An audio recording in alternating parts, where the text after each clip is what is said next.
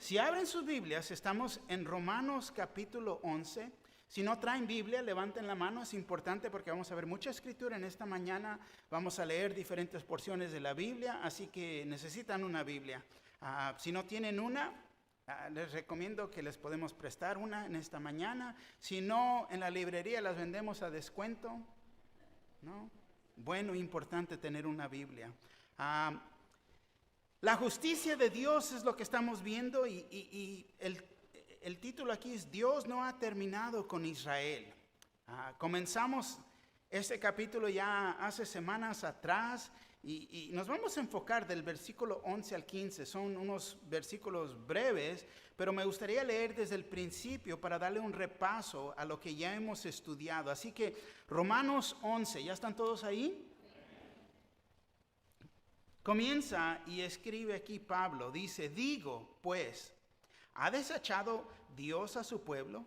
En ninguna manera, porque también yo soy israelita, de la descendencia de Abraham, de la tribu de Benjamín. No ha desechado Dios a su pueblo, al cual desde antes conoció. ¿O no sabéis que dice de Elías la Escritura? Como invoca a Dios contra Israel, diciendo, Señor, a tus profetas han dado muerte, y tus altares han derribado, y solo yo he quedado, y procuran matarme. Pero, ¿qué le dice la divina respuesta? Me he reservado 7,000 hombres que no han doblado la rodilla delante de Baal. Así también, aún en este tiempo, ha quedado un remanente escogido por gracia. Y si por gracia, ya no es por obras. De otra manera, la gracia ya no es gracia. Y si por obras, ya no es gracia. De otra manera, la obra ya no es obra. ¿Qué pues? Lo que buscaba Israel no lo ha alcanzado, pero los escogidos sí lo han alcanzado.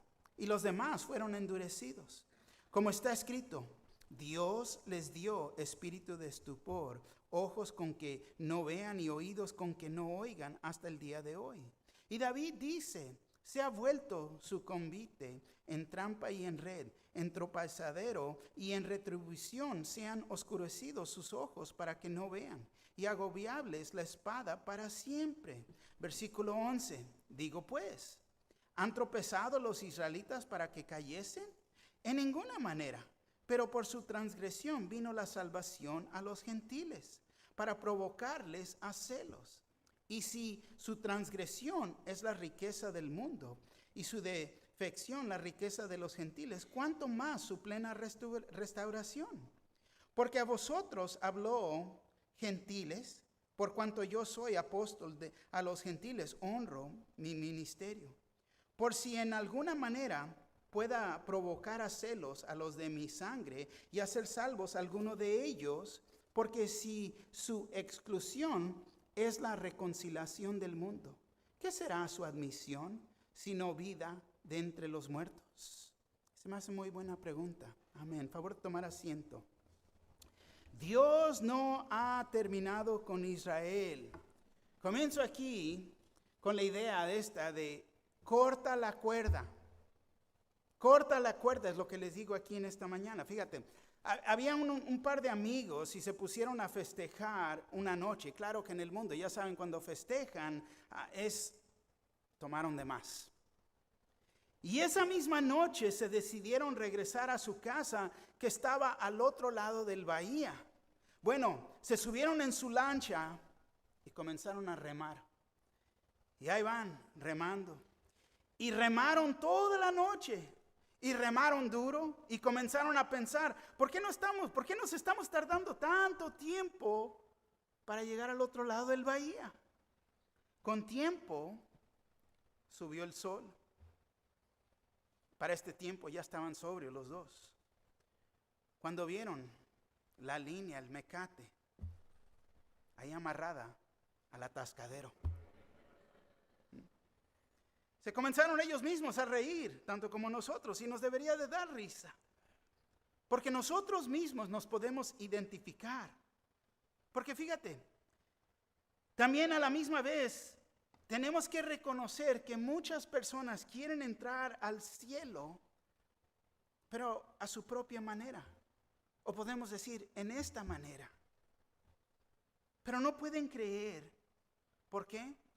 Porque todavía están amarrados al mundo. Y hacen todo esfuerzo, pero siguen amarrados al mundo. Tienen que cortar la cuerda. Tenemos que cortar la cuerda. Nos tenemos que liberar de las cosas mundanas que en realidad nos pesan como una ancla.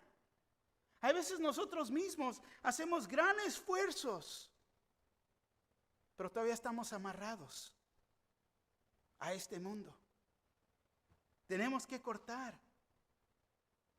Y es cuando cortamos esa cuerda, esa línea, que nosotros mismos vamos a poder avanzar a las cosas celestiales.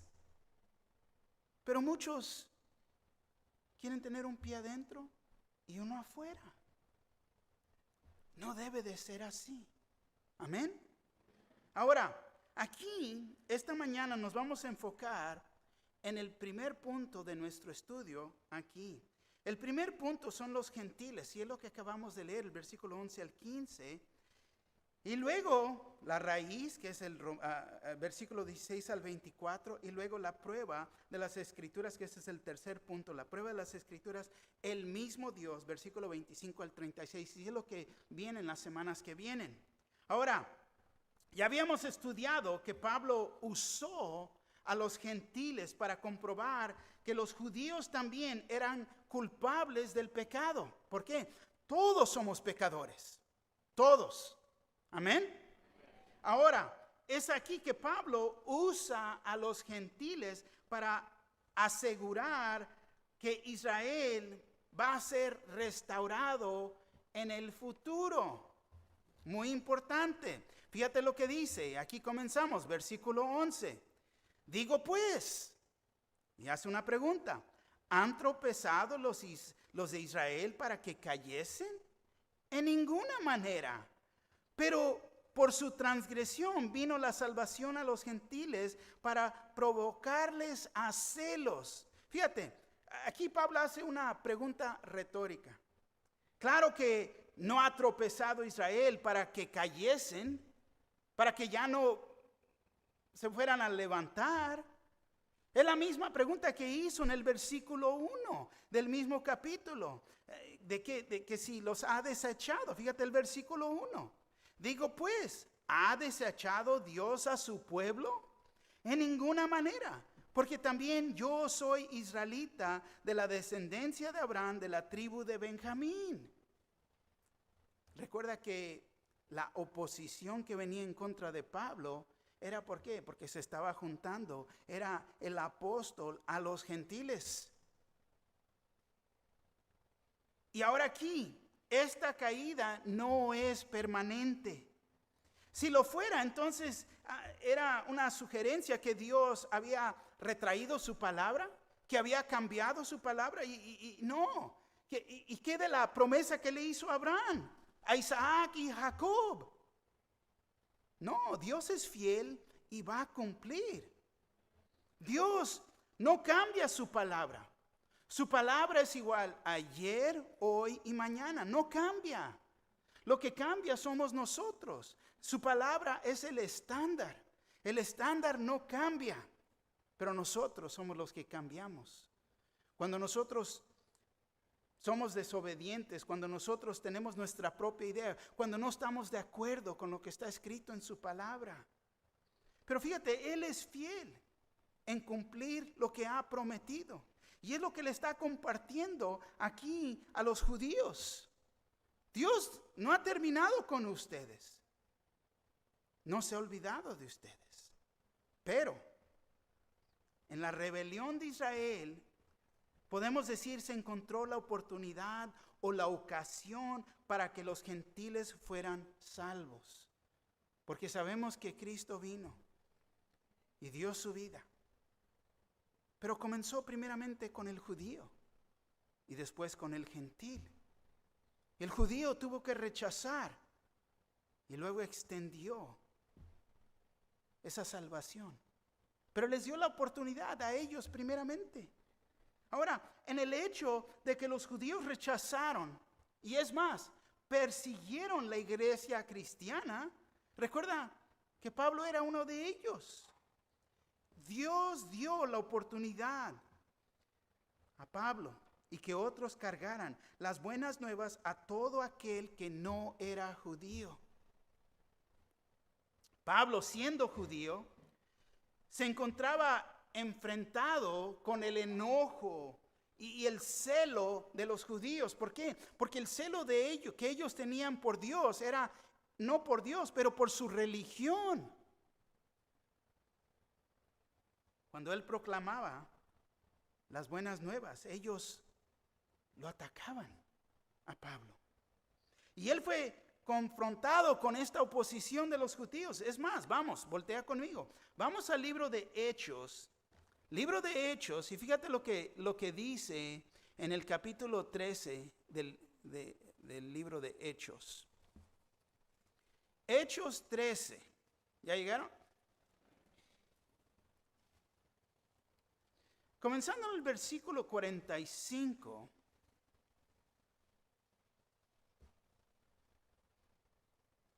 Nos dice: pero viendo los judíos la muchedumbre, se llenaron de celos y rebatían lo que Pablo decía, contradiciendo y blasfemando.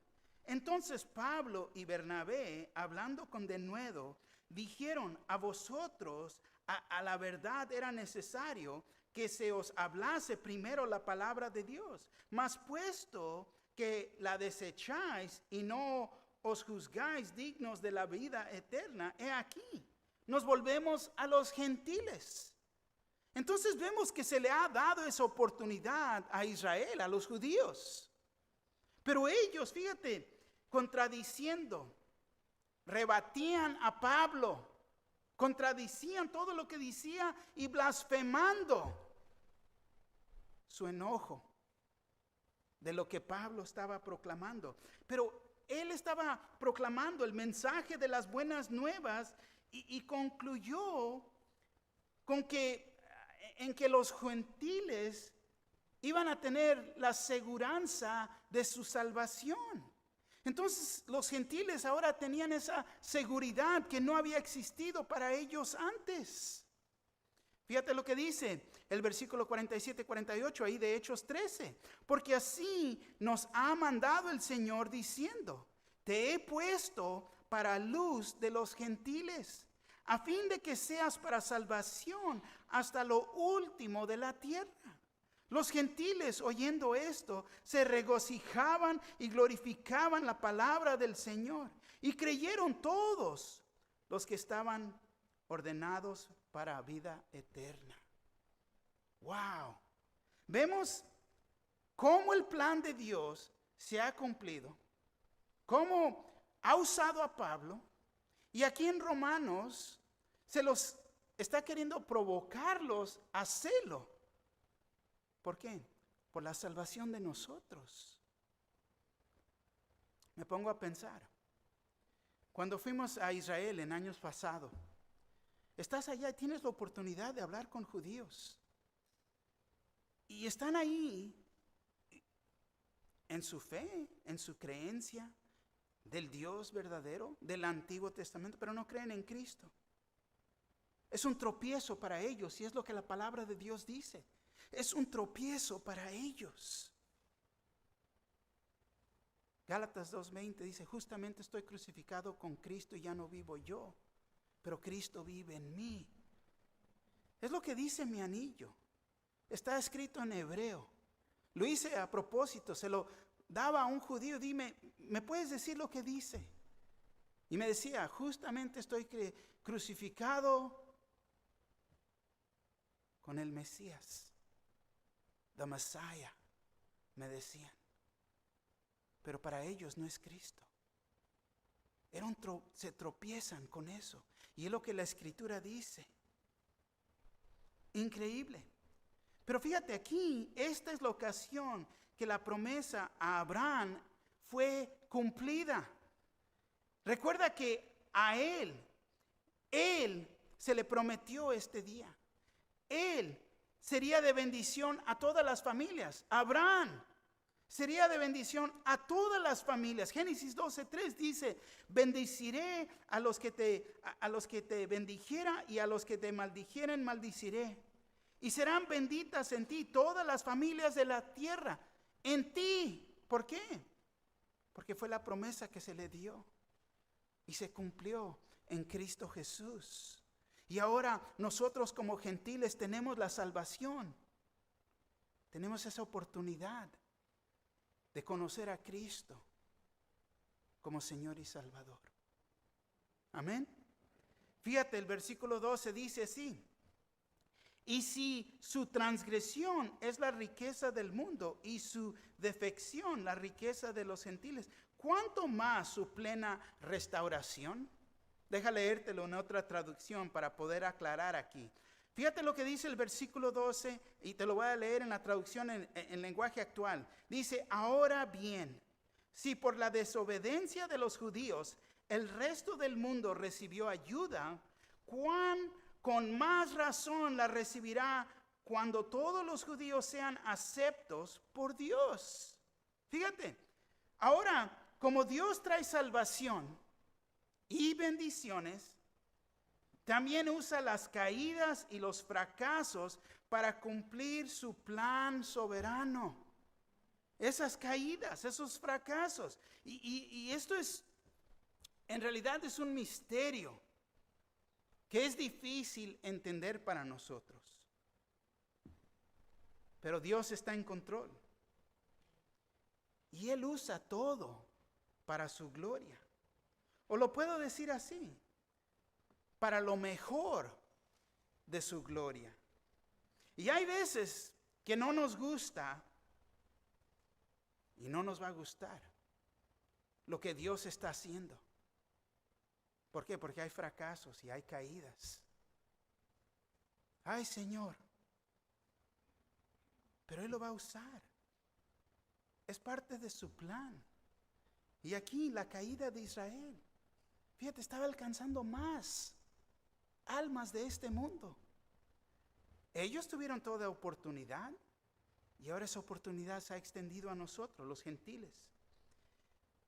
Pero Él sigue construyendo su iglesia y la sigue construyendo de todas las naciones en el mundo. Colosenses 1:27 dice así: a quienes Dios quiso dar a conocer las riquezas de la gloria de este misterio entre los gentiles, que es Cristo en vosotros, la esperanza de gloria. Amén. Así que si la caída y los fracasos de Israel nos han traído riquezas al resto del mundo, ponte a pensar y pregunta, ¿cuánto más grande va a ser bendecido el mundo cuando Israel sea restaurado? ¿Cuánto más? ¿Cuánto más grande va a ser bendecido el mundo?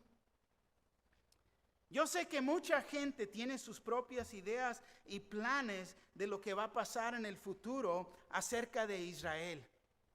Muchos tienen ideas, pero no estoy aquí para debatir eso. No es mi intento de tratar de entender y dar mi opinión de esto en este día. Pero lo que sí quiero que vayamos a entender y estemos de acuerdo es que Dios tiene un plan para Israel. Y Él está trabajándolo para su gloria. Amén. Para cumplir su promesa a Abraham, tanto sus descendientes. Fíjate lo que dice el versículo 13. Porque a vosotros habló, gentiles, por cuanto yo soy apóstol a los gentiles, honro mi ministerio. Ahora, ya que nos enfocó, podemos decir, en el plan de Dios para Israel, Pablo ahora nos habla a nosotros, el gentil. ¿Hay un judío aquí adentro? No, somos gentiles. Es lo que es. Nos está hablando a nosotros. Él es nuestro apóstol porque Él tenía su llamado hacia los gentiles, que somos nosotros. Su llamado era, fíjate, de traernos las buenas nuevas, las buenas noticias, el evangelio. Cristo murió por nuestros pecados. Fue crucificado, su sangre fue derramada para que hubiera perdón de pecados. Fue enterrado porque había muerto. Pero Cristo vive, ha resucitado. El mensaje que Él traía para que nosotros también pudiéramos arrepentirnos y reconocerlo como Dios, arrepentirnos de mis pecados, porque Él es Dios. Él dio su testimonio de este llamado aún enfrente el rey Agripa. Voltea conmigo, vamos al libro de Hechos una vez más. Ahora ya saben dónde está, ahí está a la izquierda, ¿verdad? Hechos 26.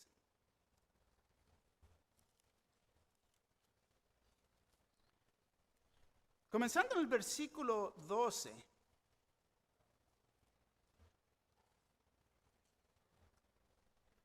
Fíjate lo que dice. Ocupado en esto, iba yo a Damasco con poderes y en comisión de los principales sacerdotes. Cuando a mediodía, oh rey, hablando con quién, con el rey Agripa, yendo por el camino vi una luz del cielo que sobrepasaba el resplandor del sol, la cual me rodeó a mí y a los que iban conmigo. Y habiendo caído todos nosotros en tierra, oí una voz que me hablaba y decía en lengua hebrea: Saulo, Saulo, ¿por qué me persigues? Dura cosa te es dar cosas contra el aguijón. Yo entonces dije: ¿quién eres, Señor? Y el Señor dijo: yo soy Jesús, a quien tú persigues. Pero levántate y ponte sobre tus pies, porque para esto he aparecido a ti, para ponerte por ministro y testigo de las cosas que has visto y de aquellas en que apareceré a ti, librándote de tu pueblo y de los gentiles, a quienes ahora te envío, para que abras sus ojos, para que se conviertan de las tinieblas a la luz y de la potestad de Satanás a Dios, para que reciban por la fe que es en mí perdón de pecados y herencia entre los santificados. Vemos su ministerio, vemos su llamado, vemos su salvación. Pablo verdaderamente estaba seguro de su llamado. Lo aceptó con humildad. Y en ser llamado apóstol, él fue enviado a los gentiles. Efesios 3:8 nos dice así: a mí, que soy menos que el más pequeño de todos los santos, me fue dada esta gracia de anunciar entre los gentiles el evangelio de las inescrutables riquezas de Cristo. Fíjate el privilegio que él reconoce, su llamado, lo que debe de cumplir, sabiendo que un mundo perdido en oscuridad, bajo el control de Satanás, necesitaba la salvación de Cristo Jesús, que es la única salvación que existe. Al fin, después de mucha controversia, su llamado fue reconocido ante el concilio en Jerusalén. Esta cuenta se encuentra en Hechos 15. No lo vamos a leer ahorita, pero léanlo a su tiempo. Después de todo, al fin, es reconocido por el concilio como un verdadero apóstol, llamado por Dios. El versículo 14 de nuestro texto nos dice así: por si en alguna manera pueda provocar a celos a los de mi sangre y hacer salvo a algunos de ellos. Fíjate, Pablo no está rechazando a su pueblo, porque es lo que ellos pensaban. Nos has dado la espalda, no piensas en nosotros. Ahora te estás perdiendo y te estás haciendo con los gentiles. Pero él amaba mucho a Israel, a los judíos. Pero fíjate, él en su amor hacia ellos, su esperanza era cumplir su responsabilidad de evangelizar a los gentiles y que su propia gente fuera provocada a celos en ver lo que Dios estaba haciendo con ellos y ellos mismos venir y rendirse ante el Mesías. Te pones a pensar el corazón de este hombre, el intento, su deseo, su amor. Él se hacía el poder de hacerse todo a toda persona. ¿Por qué? Por querer avanzar el evangelio, para ganar a los que él podía en esos momentos y traerlos a Cristo Jesús.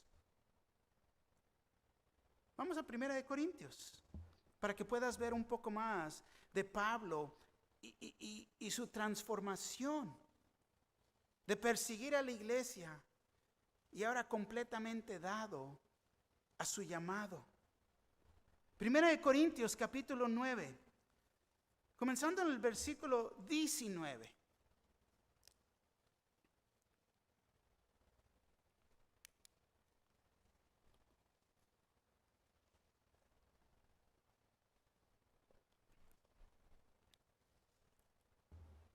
Dice, por lo cual, siendo libre de todos, me he hecho siervo de todos para ganar a mayor número. Se ha hecho siervo de todos. Me he hecho a los judíos como judío para ganar a los judíos, a los que están sujetos a la ley, aunque yo no estoy sujeto a la ley, como sujeto a la ley para ganar a los que están sujetos a la ley. A los que están sin ley, como si yo estuviera sin ley, no estando yo sin ley de Dios, sino bajo la ley de Cristo, para ganar a los que están sin ley. Me he hecho débil a los débiles, para ganar a los débiles. A todos me he hecho de todo, para que de todos modos salve a algunos. Y esto hago por causa del Evangelio, para hacerme copartícipe de él. Y me encanta esto porque vemos que se ha hecho un siervo. Y tomó este ejemplo de quién? De Cristo Jesús. Porque Jesús vino a servir, no ser servido. Hay veces muchos, algunos, vienen con la idea de querer ser servidos. Lo he visto. Estoy parado ahí en el café. No, se nos olvida. Son siervos. Son hermanos. A nadie se le paga. No están recibiendo sueldo en el café. Están aquí para servirnos.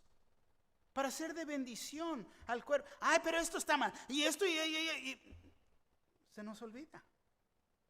Y la persona que se está quejando aún no está ni sirviendo. Somos siervos. Estamos aquí para servirnos unos a los otros, en una capacidad u otra. Pero traemos las ideas del mundo a nuestra iglesia, a la escuela, al ministerio de niños. Pobres los del estacionamiento, que les dicen, váyanse más lento. No, hombre. Ahí van volando.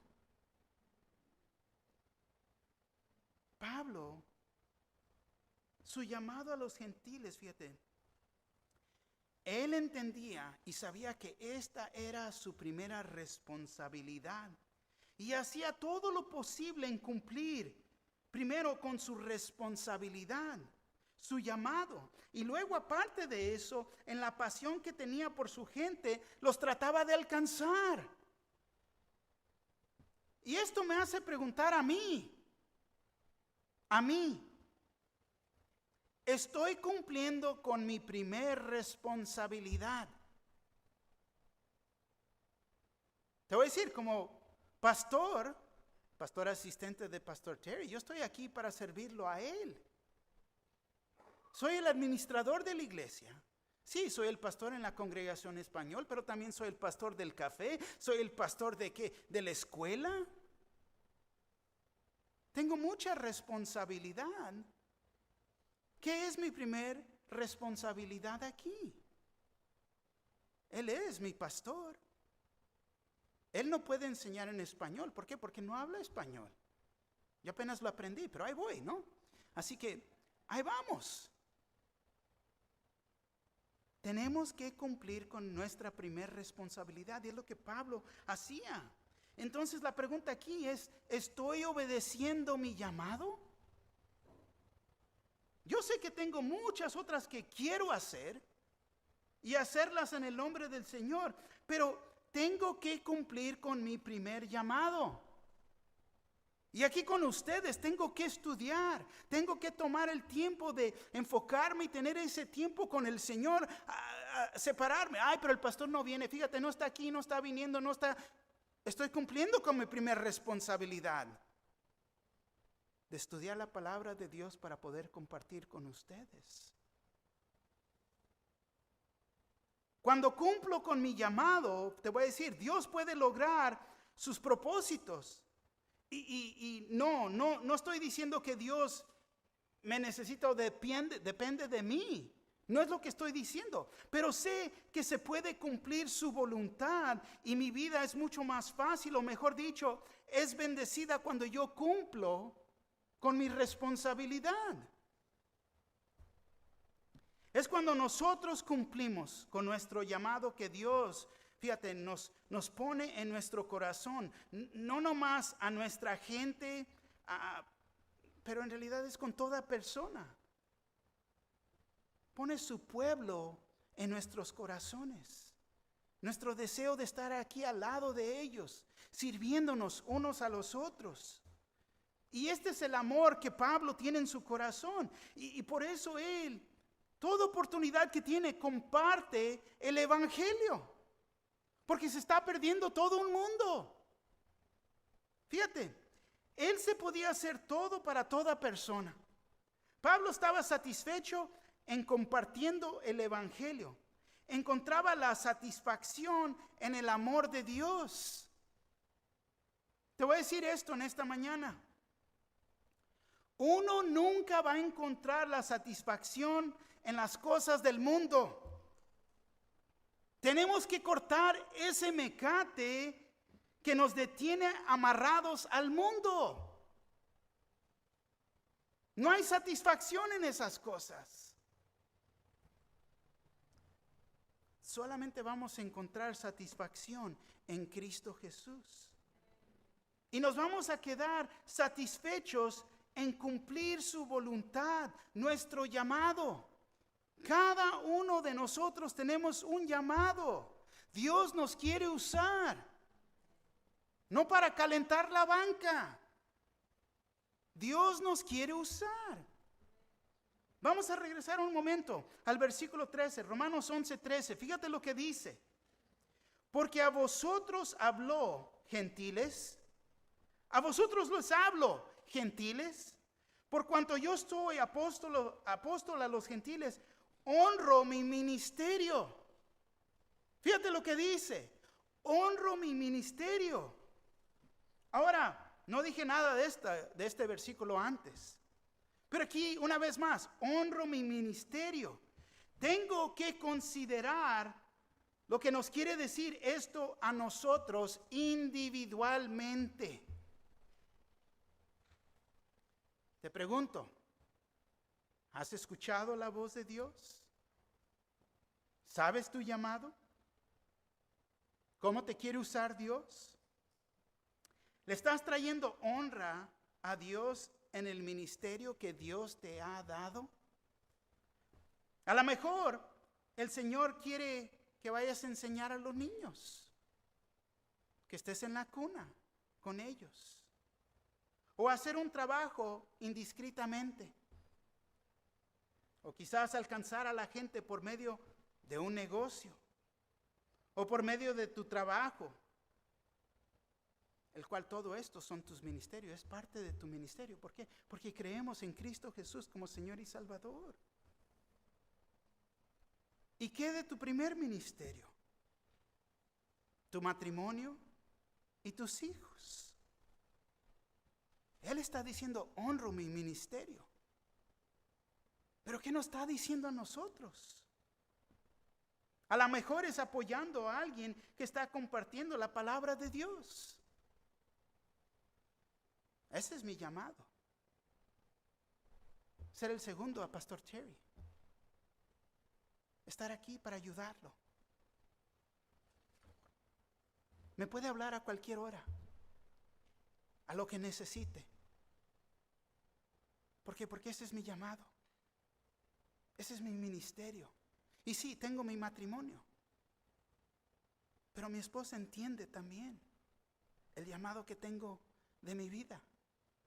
Estoy aquí para servirlo a Él, tanto servirlo a ustedes. Y Pablo está diciendo, honro mi ministerio.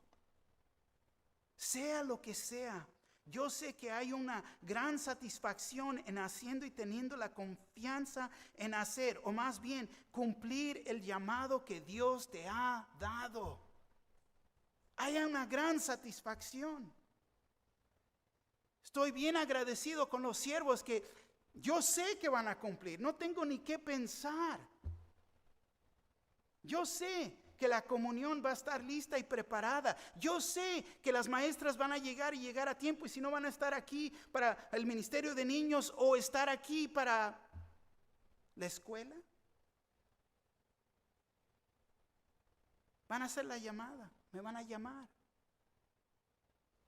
Pastor, no se preocupe, agarré al hermano, está bien. Honro mi ministerio.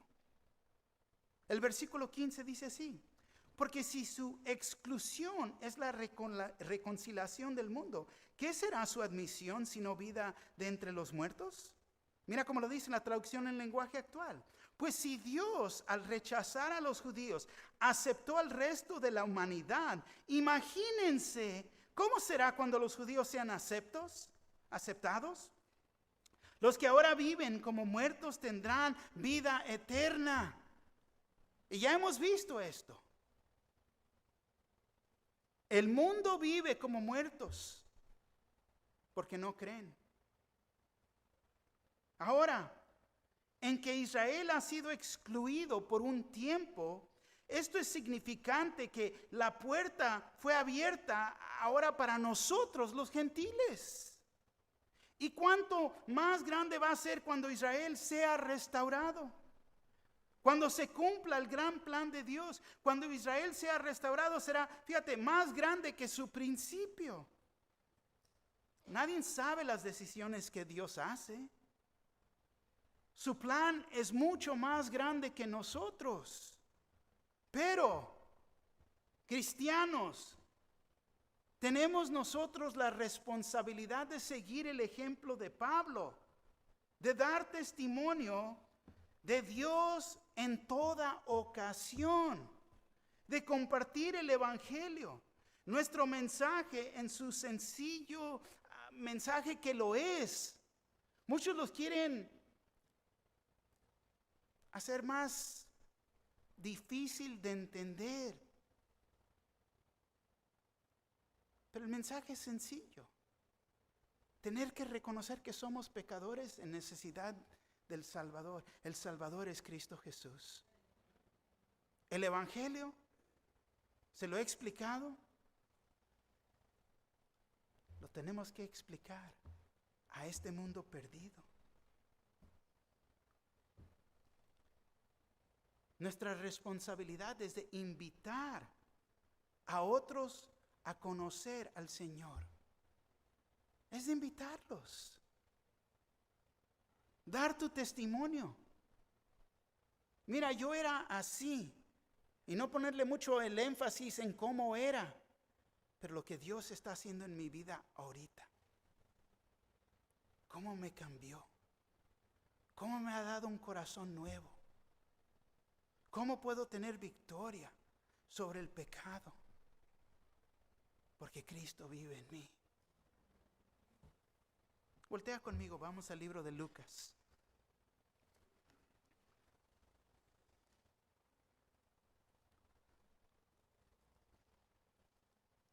Lucas, capítulo 8.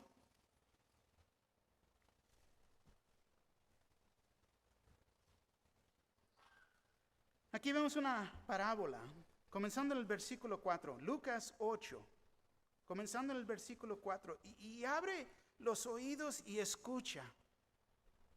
Escucha lo que se dice aquí. Juntándose una gran multitud y los que de cada ciudad venían a él, les dijo por parábola: el sembrador salió a sembrar su semilla, y mientras sembraba, una parte cayó junto al camino y fue hollada, y las aves del cielo la comieron. Otra parte cayó sobre la piedra, y nacida se secó, porque no tenía humedad. Otra parte cayó entre espinos, y los espinos que nacieron juntamente con ella la ahogaron. Y otra parte cayó en buena tierra y nació y llevó fruto a 100 por 1. Hablando estas cosas, decía a gran voz: el que tiene oídos para oír, oiga. Y sus discípulos le preguntaron diciendo: ¿qué significa esta parábola? Y él dijo: a vosotros es dado conocer los misterios del reino de Dios, pero a los otros por parábolas, para que viendo no vean y oyendo no entiendan. Esta es pues la parábola. La semilla es la palabra de Dios. ¿Qué es la semilla? La palabra de Dios. Y esa semilla está cayendo aquí. Y los de junto al camino son los que oyen. Y luego viene el diablo y quita de su corazón la palabra, para que no crean y se salven. Los de sobre la piedra son los que, habiendo oído, reciben la palabra con gozo. Pero estos no tienen raíces, porque creen por algún tiempo. Y en tiempo de la prueba se apartan. Fíjate, se apartan. Vienen las pruebas. Acabamos de pasar una prueba de un par de años. ¿Cuántos no se han alejado? Estos no tienen raíces. El versículo 14 dice: la que cayó entre espinos, estos son los que oyen, pero yéndose son ahogados por los afanes y las riquezas y los placeres de la vida, y no llevan fruto. Están amarrados al mundo. Versículo 15. Mas lo que cayó en buena tierra, estos son los que con corazón bueno y recto retienen la palabra oída y dan fruto con ¿qué? ¿Con qué? Fíjate. ¿Hay fruto en tu vida? ¿Ha caído la palabra de Dios, esta semilla, en buena tierra? Hay veces tiene que voltear la tierra de nuestro corazón para que tome raíz. Pero hay veces porque uno mismo está amarrado a su propio ego y sus ideas, a lo mundano, no puede tomar raíz. Dejen preguntarles: ¿tienes una parte en ser sembrador para Dios? Porque si ha tomado raíz, te voy a decir, va a haber fruto.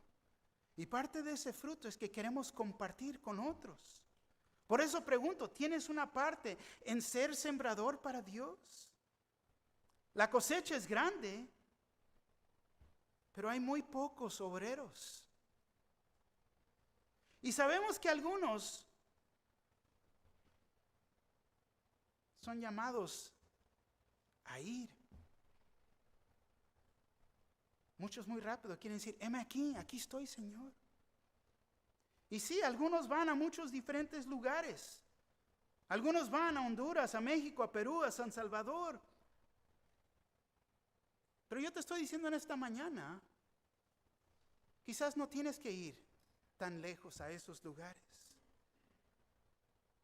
Quizás el Señor te quiere usar aquí, en Rialto, en Bloomington, San Bernardino, Fontana, aquí donde vives.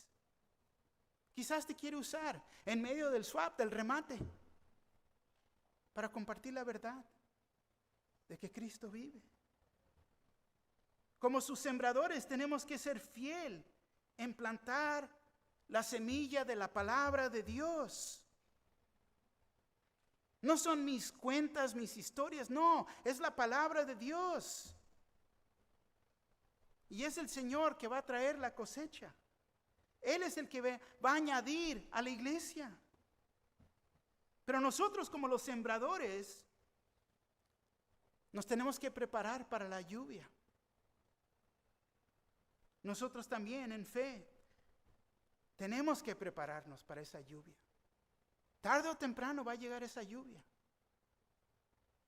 que va a ayudar a regar para que se levante esa semilla que ha sido plantada. Y te voy a decir, Dios va a traer una gran bendición a nuestro cuerpo, que es la iglesia. Pero te pregunto en esta mañana, ¿lo crees? ¿Crees esto? ¿Te estás preparando para la lluvia? Lo he dicho en tiempos pasados. Si nosotros, como su congregación aquí en español, no estamos preparados para recibir ese fruto, para levantar esa cosecha, Dios se va a ir a otra iglesia. Están preparados. Nosotros tenemos que responder. Cuando Jesús envió a los 70 en una misión, Él dijo en Lucas 10:2, y les decía, la mies a la verdad es mucha, mas los obreros pocos. Por tanto, rogad al Señor de la mies que envíe obreros a su mies. Tenemos que orar, no nomás en español, pero por los de inglés. Aquí, esta esquina de esta propiedad, de esta iglesia, verdaderamente necesitamos más obreros. Nos tenemos que preparar. Fíjate como lo dice este versículo. La traducción en lenguaje actual dice, si Jesús les dijo, son muchos los que necesitan entrar en el reino de Dios. Son muchos los que necesitan entrar al reino de Dios, pero son muy pocos los que hay para anunciar las buenas noticias. Por eso pídanle a Dios que envíe más seguidores míos para que compartan las buenas noticias con toda esa gente. Nosotros mismos a veces nos hacemos de boca chiquita. No, pero es que voy a ofender. Pero es que ellos no piensan. No, pero pon esa semilla. Deja que Dios haga la obra. Nuestro llamado es tanto como el de ellos. Nosotros tenemos que ser fiel en el sembrando la palabra de Dios. Si ellos no oyen, ¿cómo van a responder? El Señor va a ser fiel en traer la lluvia, en traer la cosecha, porque todo esto es para su gloria y para su honra. Pablo nos está hablando a nosotros, gentiles. Nos dice, Él ha sido fiel con su ministerio, pero nos está llamando a nosotros a hacer lo mismo, ser fiel. ¿Qué es la aplicación aquí? Deja preguntarte en esta mañana, ¿sabes tu llamado? ¿Sabes? ¿Te ha hablado Dios? O quizás lo sabes, estás remando y no has cortado las cuerdas. Ahí sigues, haciendo esfuerzo pero no avanzando para el reino de Dios. El único lugar que vas a estar satisfecho es en cumplir su llamado. 4, ¿eres fiel en ser sembrador para el Señor? ¿Estás sembrando su palabra? El último punto. Deja preguntarte, ¿te estás preparando para la lluvia? ¿Cómo me preparo? Ponte a orar, leer, servir. Vente a los estudios bíblicos, haz tarea, pasa más tiempo en la palabra de Dios. Yo siempre les he dicho, la palabra de Dios para adentro es lo que sale de nosotros cuando se presentan esas oportunidades. Pero si te estás llenando de basura, es lo que va a salir. Basura de nuestra vida. Que no sea así.